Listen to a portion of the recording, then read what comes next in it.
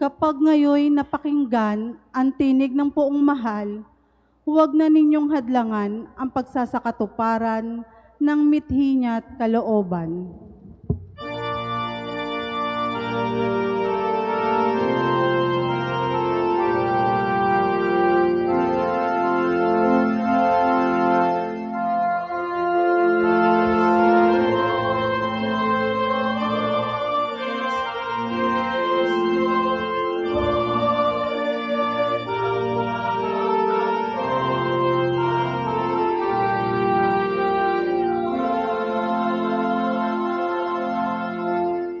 Sumainyo ang Panginoon. At sumaiyo rin. Ang mabuting balita ng Panginoon ayon kay San Mateo. Papuri sa iyo, Panginoon.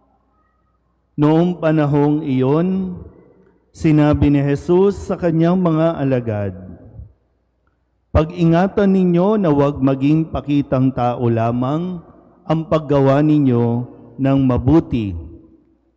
Kapag ganyan ang ginawa ninyo, wala kayong matatamong gantimpala buhat sa inyong amang nasa langit. Kaya nga, kapag naglilimos ka, huwag mo nang ipagmakaingay ito, katulad ng ginagawa ng mga mapagpaimbabaw doon sa sinagoga at sa mga lansangan. Ginagawa nila ito upang purihin sila ng mga tao. Sinasabi ko sa inyo, tinanggap na nila ang kanilang gantimpala. Ngunit kung naglilimos ka, kahit sa iyong pinakamatalik na kaibigan, wag mo nang ipaalam ito kahit sa iyong pinakamatalik na kaibigan, upang malihim ang iyong paglilimos. At gagantihan ka ng iyong amang nakakakita ng kabutihang ginagawa mo ng lihim. At kapag nanalangin kayo, huwag kayong tumulad sa mga mapagpaimbabaw. Mahilig silang manalangin ng patayo sa mga sinagoga at sa mga panulukang daan upang makita ng mga tao. Sinasabi ko sa inyo, tinanggap na nila ang kanilang gantimpala. Ngunit kapag mananalangin ka, pumasok ka sa iyong silid at isara mo ang pinto. Saka ka manalangin sa iyong amang hindi mo nakikita at gagantihan ka ng iyong amang nakakakita ng kabutihang ginagawa mo ng lihim. Kapag nag-aayuno kayo, huwag kayong magmukhang malungkot tulad ng mga mapagpaimbabaw. Hindi sila nag-aayos upang malaman ng mga tao na sila'y nag-aayuno. Sinasabi ko sa inyo, tinanggap na nila ang kanilang gantimpala. Kapag ikaw ay nag-aayuno, mag-ayos ka ng buhok at maghilamos upang wag mapansin ng mga tao na nag-aayuno ka. Ang iyong amang hindi mo nakikita, ang siya lamang nakakaalam nito. Siya na nakakakita ng kabutihang ginagawa mo ng lihim, ang gaganti sa iyo." Ang mabuting balita ng Panginoon. Pinupuri ka namin, Panginoong Hesukristo. Isang magandang gabi po sa inyong lahat. Ngayon pong araw na ito ay tinatawag nating Miyerkules ng Abo. At sa hudyat nito, ang pagsisimula ng panahon ng Kwaresma. Sabihin nyo nga, Kwaresma. Pag sinabing Kwaresma, 40 araw. So, hindi lang ito ang una, o kaya naman hindi dito magtatapos, kundi dito pa lang magsisimula ang 40 araw na paghahanda para sa mga tinatawag nating mahal na araw. Yung Triduum, yung kanyang pagpapakasakit, pagkamatay at muling pagkabuhay. Yung 3 araw na yon, kailangan maging handa tayo. So kung nandito ka, no, sisimulan mo ito at sana matapos mo. Hindi yung sinimulan mo, pagkatapos ng isang linggo, nakalimutan mo na, nawala na sa isip mo, ano pala ngayon? Kwaresma pala ngayon. Sabihin nyo nga yung katabi ninyo, Kwaresma na. Ulit, Kwaresma na. So, yung bang, no, dahil meron tayong special na paghahandaan, so ihahandaan natin ang ating mga sarili. Physically, emotionally, spiritually. So, dapat kondisyon tayo kasi hindi magiging madali ang ating paglalakbay. Kung hindi ka o wala ka sa isang kondisyon, kung ikaw ay sasama sa isang paglalakbay, magiging pabigat ka. O kaya naman, maiiwan ka. Di ba? Sino ba dito ang mga nag-hiking? Di ba? Kung mag-hiking ka, lalo na kung first time mo, hindi ka pwedeng agad-agad sa sabak na aakyat ka na bundok. Kailangan mo, no, sinasabi nga, kailangan mo mag-exercise, kailangan mo matulog na maaga, dahil kung hindi, wala kang mararating o hindi mo mararating ang tuktok. Baka hanggang sa simula ka lang. Kaya ngayon, no, marami, ito na ang huling misa natin, at kanina, no, pagkatapos ng 6:30 na misa, marami ang talagang nakikipag-gitgitan, marami ang talagang nakikipag-unahan para lamang malagyan ng abo sa noo. Pero ang pinapaunawa sa atin, hindi lang ito basta pagpapalagay ng abo na makikiuso lang tayo, tapos hindi natin inuunawa para saan ba ang abo na yan. Kasi ito ang araw na kung saan kapag nagpalagay ka ng abo sa noo, ibig sabihin, inaamin mo na ikaw ay makasalanan at sisikapin mo sa loob ng 40 araw na ito na ikaw ay magbabalik loob sa Diyos, ikaw ay magsisisi sa iyong mga kasalanan. Kaya nga, binibigyan tayo ng 40 araw. So, ang pagpapalagay ng abo, sinasabi natin sa mga nakakakita sa atin, makasalanan ako. Inaamin ko, may kasalanan ako. At tinatanggap natin yon.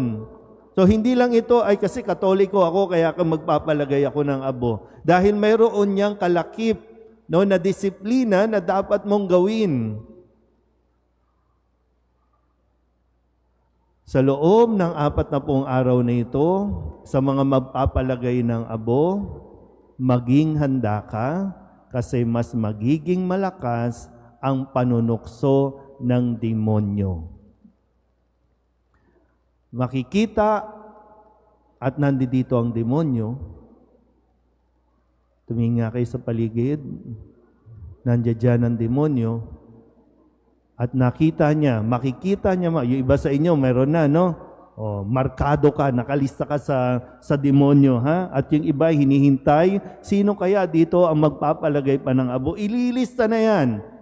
At yan ang pupuntiryahin ng demonyo para tuksuhin.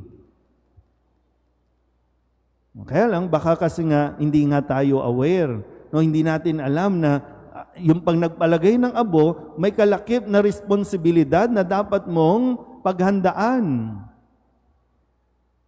Kasi unang-una, no? Ano ang tinuturo sa atin kapag Miyerkules ng Abo at Biyernes Santo? O total, no? Huling misa na ito. Iba sa inyo, galing na ng trabaho. Baka nakalimutan na naman. Pero mayroon pang nalalabing mga oras at mga araw na makakabawi tayo. Kasi 'di ba kapag Miyerkules ng Abo at Biyernes Santo, mayroon tayong dapat na ginagawa na fasting and abstinence. Sabihin nyo nga po, fasting, abstinence. O ngayon, sinong kumain ng almusal? Taas ang kamay. Sinong kumain na ng halian? Taas ang kamay. So, ibig sabihin, hindi ka nakakain ng hapunan. O ano, manghihina ka ba? Mamamatay ka ba pag hindi ka na kumain? So, nagpalagay ka ng abo, o di, challenge accepted dapat. O nakalimutan na naman natin, o sabi na, ay, wala na. Pandami na nating paligoy-ligoy, excuses, sinabi na nga sa atin, kung bata ka, ay maintindihan pa natin. Pero, tinan yung katabi ninyo, matanda na yan. Matandang Katoliko na yan. Pero kailan mo isa sa buhay ang mga ganitong mga gawain? Katoliko ka ba talaga o nakikikatoliko ka lang? Kaya, ulitin natin ha. May fasting and abstinence. So kapag sinabing fasting, 1 full meal lang dapat tayo ngayong araw na ito. So kung nananghalian ka, dapat hindi ka nag-almusal at hindi ka na maghahapunan. So pipili ka lang doon sa 3, alin ang saan ka kakain. Ano yung pangalawa? Sabihin nyo nga, abstinence. Sa mga kumain na, ano ang kinain ninyo kanina? Di ba bawal ang pork? Bawal ang meat sa araw na ito ng Miyerkules ng Abo at sa Biyernes Santo? Nakalimutan mo na naman. Kaya, sayang, may nanlibre po kasi. Sayang naman, no? Ang sarap pa namang mag-adobo nung kaopisina mo. Yung mga magulang dito, nakalimutan na naman na dapat ang niluto mo sa araw na ito ay munggo at galunggong.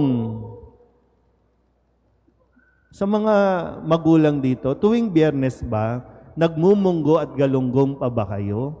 O wala na kayong pinipiling araw na kahit Biyernes, sige, luto tayo ng karne.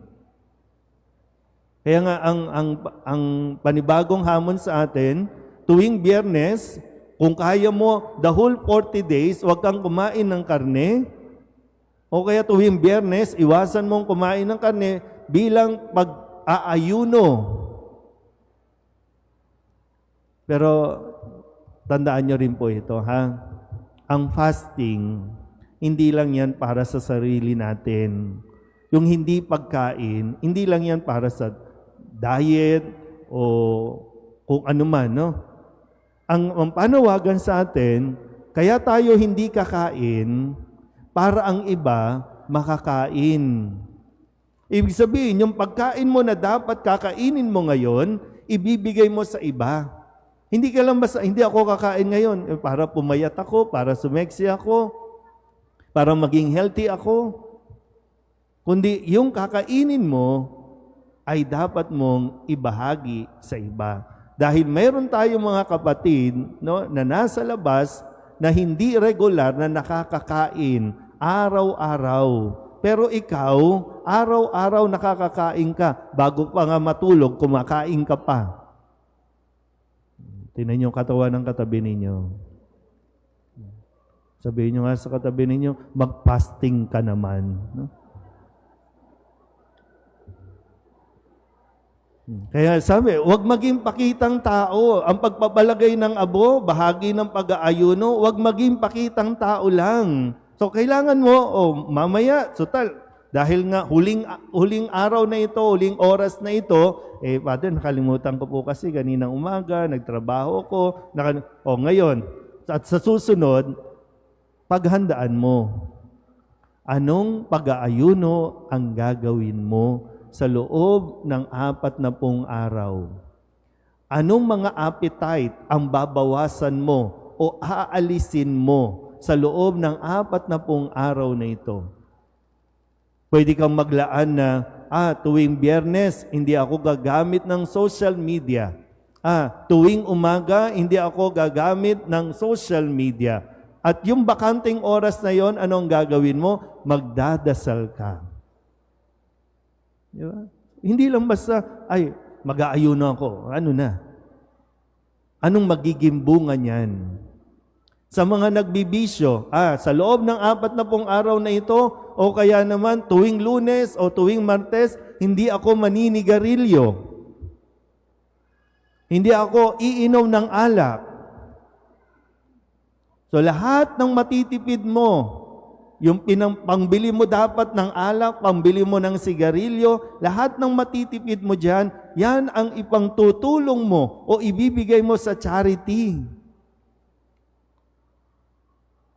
Naintindihan ba? O, sa mga kabataan, pwede rin naman masabi na, sa loob ng 4 na araw na ito, didisiplinahin ko ang sarili ko, hindi ako magmumura. Kasi di ba, nasanay na tayo, nagiging expression na natin ang iba't ibang uri ng mura dahil napapanood natin sa social media. So, isipin ko, okay, kakayanin ko to, no? Sa loob ng 40 araw, hindi ako magmumura. So, imbis na magmumura, magdadasal na lang ako ng Our Father who art in heaven. Pwede yung mga nanay, sa loob ng 40 araw na ito, mananahimik ako, hindi ako magbubunganga. Susubukan. Di ba? Para maging peaceful naman, susubukan. Hanggang marating natin yung Paschal Triduum, yung mga mahal na araw. At kapag narating mo yun, kapag challenge mo ang sarili mo at nagawa mo, tiyak, mas magiging meaningful ang pagdalo mo sa mga mahal na araw. Kasi meron kang sinakripisyo, meron kang ginawa. Pero ulitin natin ha, lahat ng gagawin natin, pagdarasal, pag-aayuno, pagkakawang gawa, ang paalala sa atin, huwag maging pakitang tao lamang. Kasi mauuwi yan sa wala. Ulit, sabihin nyo nga ulit sa katabi ninyo, humanda ka. Kanino tayo maghahanda? Sa demonyo. Ha? Makikita ng demonyo sino ang mga may marka ng pagsisisi. Kasi, di ba, yung sabi ko kanina, no, inaamin natin sa pagpapalagay ng abo na tayo ay may kasalanan at hinahangad natin na magsisi sa ating pagiging makasalanan.